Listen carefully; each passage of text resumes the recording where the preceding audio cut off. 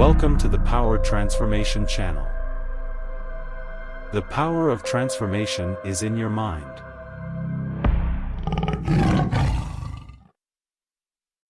What starts here changes the world. I have a few suggestions that may help you on your way to a better world. And while these lessons were learned during my time in the military, I can assure you that it matters not whether you ever served a day in uniform. It matters not your gender, your ethnic or religious background, your orientation, or your social status. Our struggles in this world are similar, and the lessons to overcome those struggles and to move forward, changing ourselves and changing the world around us, will apply equally to all. So here are the 10 lessons I learned from basic SEAL training that hopefully will be of value to you as you move forward in life. Every morning in SEAL training, my instructors, who at the time were all Vietnam veterans, would show up in my barracks room, and the first thing they'd do was inspect my bed. If you did it right, the corners would be square, the covers would be pulled tight, the pillow centered just under the headboard, and the extra blanket folded neatly at the foot of the rack. It was a simple task, mundane at best, but every morning we were required to make our bed to perfection. It seemed a little ridiculous at the time, particularly in light of the fact that we were aspiring to be real warriors, tough, battle-hardened SEALs. But the wisdom of this simple act has been proven to me many times over. If you make your bed every morning, you will have accomplished the first task of the day. It will give you a small sense of pride, and it will encourage you to do another task, and another, and another. And by the end of the day, that one task completed will have turned into many tasks completed. Making your bed will also reinforce the fact that the little things in life matter. If you can't do the little things right, you'll never be able to do the big things right. And if by chance you have a miserable day, you will come home to a bed that is made, that you made. And a made bed gives you encouragement that tomorrow will be better. So if you want to change the world, start off by making your bed. During SEAL training, the students are all broken down into boat crews. Each crew is 7 students, 3 on each side of a small rubber boat, and 1 coxswain to help guide the dinghy. Every day your boat crew forms up on the beach and is instructed to get through the surf zone and paddle several miles down the coast. In the winter, the surf off San Diego can get to be 8 to 10 feet high, and it is exceedingly difficult to paddle through the plunging surf unless everyone digs in. Every paddle must be synchronized to the stroke count of the coxswain. Everyone must exert equal effort, or the boat will turn against the wave and be unceremoniously dumped back on the beach. For the boat to make it to its destination, everyone must paddle. You can't change the world alone. You will need some help.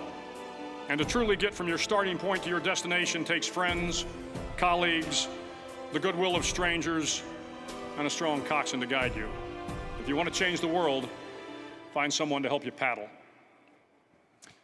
Over a few weeks of difficult training, my SEAL class, which started with 150 men, was down to just 42. There were now 6 boat crews of 7 men each. I was in the boat with the tall guys, but the best boat crew we had was made up of the little guys, the Munchkin crew, we called them. No one was over 5'5". The Munchkin boat crew had 1 American Indian, 1 African American, 1 Polish American, 1 Greek American, 1 Italian American, and 2 tough kids from the Midwest. They out-paddled, outran, and outswam all the other boat crews. The big men in the other boat crews would always make good-natured fun of the tiny little flippers the Munchkins put on their tiny little feet prior to every swim. But somehow these little guys from every corner of the nation and the world always had the last laugh, swimming faster than everyone and reaching the shore long before the rest of us. SEAL training was a great equalizer. Nothing mattered but your will to succeed, not your color, not your ethnic background, not your education, not your social status. If you want to change the world, measure a person by the size of their heart, not by the size of their flippers. Several times a week, the instructors would line up the class and do a uniform inspection. It was exceptionally thorough. Your hat had to be perfectly starched, your uniform immaculately pressed, your belt buckle shiny and void of any smudges. But it seemed that no matter how much effort you put into starching your hat or pressing your uniform or polishing your belt buckle, it just wasn't good enough.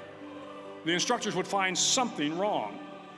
For failing the uniform inspection, the student had to run, fully clothed, into the surf zone, then wet from head to toe, roll around on the beach until every part of your body was covered with sand. The effect was known as a sugar cookie. You stayed in the uniform the rest of the day, cold, wet, and sandy. There were many a student who just couldn't accept the fact that all their efforts were in vain, that no matter how hard they tried to get the uniform right, it went unappreciated. Those students didn't make it through training. Those students didn't understand the purpose of the drill. You were never going to succeed.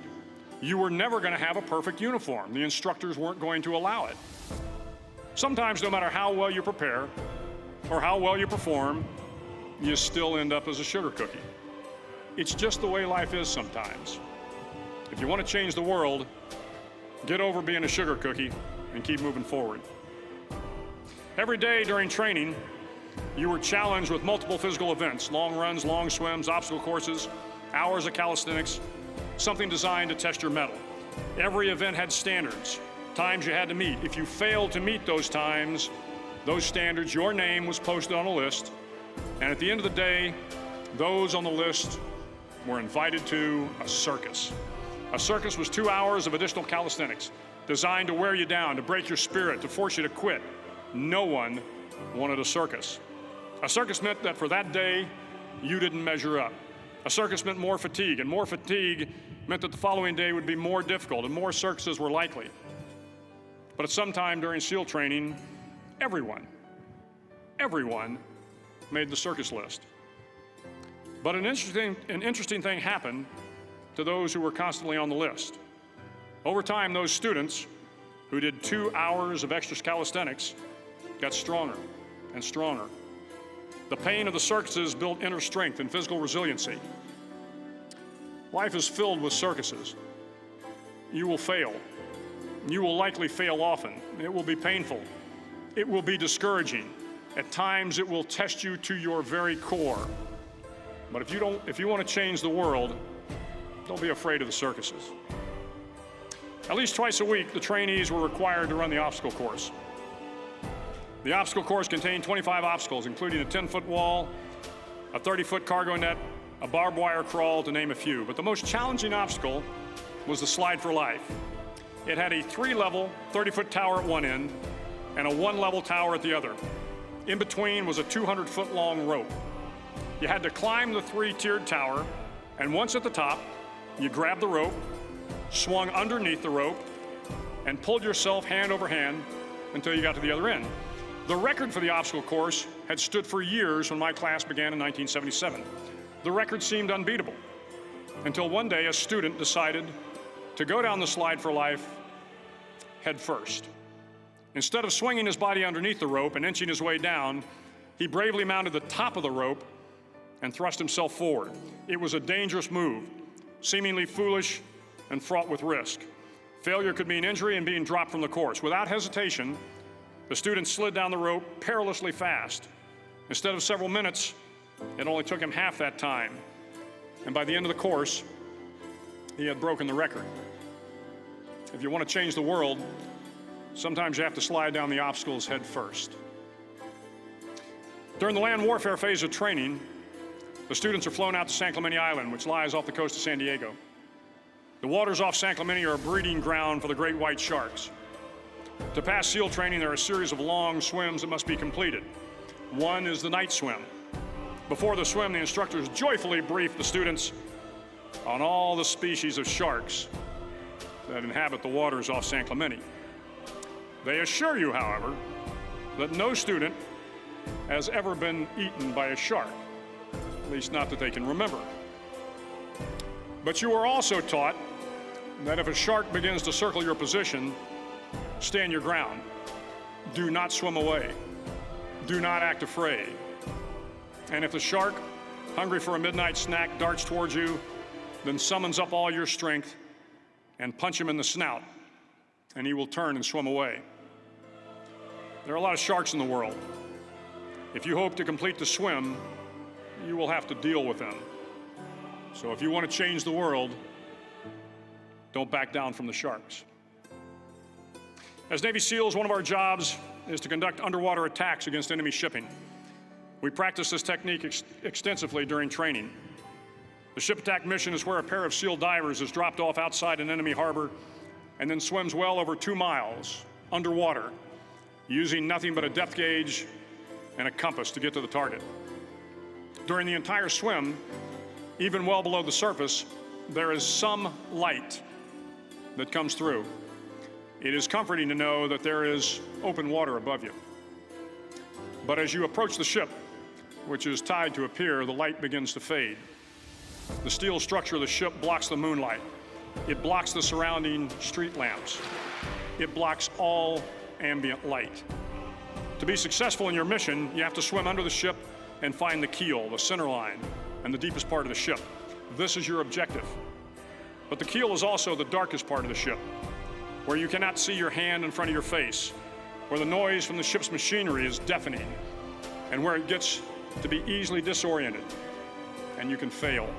Every SEAL knows that under the keel, at that darkest moment of the mission, is a time when you need to be calm, when you must be calm, when you must be composed, when all your tactical skills, your physical power, and your inner strength must be brought to bear. If you want to change the world, you must be your very best in the darkest moments. The 9th week of training is referred to as Hell Week. It is 6 days of no sleep, constant physical and mental harassment, and one special day at the Mud Flats. The Mud Flats are an area between San Diego and Tijuana where the water runs off and creates the Tijuana Sloughs, a swampy patch of terrain where the mud will engulf you. It is on Wednesday of Hell Week that you paddle down to the Mud Flats and spend the next 15 hours trying to survive this freezing cold, the howling wind, and the incessant pressure to quit from the instructors. As the sun began to set that Wednesday evening, my training class, having committed some egregious infraction of the rules, was ordered into the mud. The mud consumed each man till there was nothing visible but our heads. The instructors told us we could leave the mud if only 5 men would quit. Only 5 men, just 5 men, and we could get out of the oppressive cold.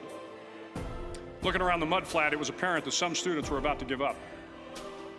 It was still over 8 hours till the sun came up. 8 more hours of bone-chilling cold. The chattering teeth and the shivering moans of the trainees were so loud, it was hard to hear anything. And then one voice began to echo through the night. One voice raised in song. The song was terribly out of tune, but sung with great enthusiasm. One voice became 2, and 2 became 3, and before long, everyone in the class was singing. The instructors threatened us with more time in the mud if we kept up the singing, but the singing persisted. And somehow the mud seemed a little warmer, and the wind a little tamer, and the dawn not so far away. If I have learned anything in my time traveling the world, it is the power of hope. The power of one person, a Washington, a Lincoln, King, Mandela, and even a young girl from Pakistan, Malala. One person can change the world by giving people hope. So if you want to change the world, start singing when you're up to your neck in mud. Finally, in SEAL training, there's a bell. A brass bell that hangs in the center of the compound for all the students to see. All you have to do to quit is ring the bell. Ring the bell, and you no longer have to wake up at 5 o'clock. Ring the bell, and you no longer have to be in the freezing cold swims. Ring the bell, and you no longer have to do the runs, the obstacle course, the PT, and you no longer have to endure the hardships of training. All you have to do is ring the bell to get out. If you want to change the world, don't ever ring the bell. It will not be easy. Start each day with a task completed. Find someone to help you through life. Respect everyone. Know that life is not fair and that you will fail often. But if you take some risks, step up when the times are the toughest, face down the bullies, lift up the downtrodden, and never ever give up, if you do these things, the next generation and the generations that follow will live in a world far better than the one we have today. And what started here will indeed have changed the world for the better.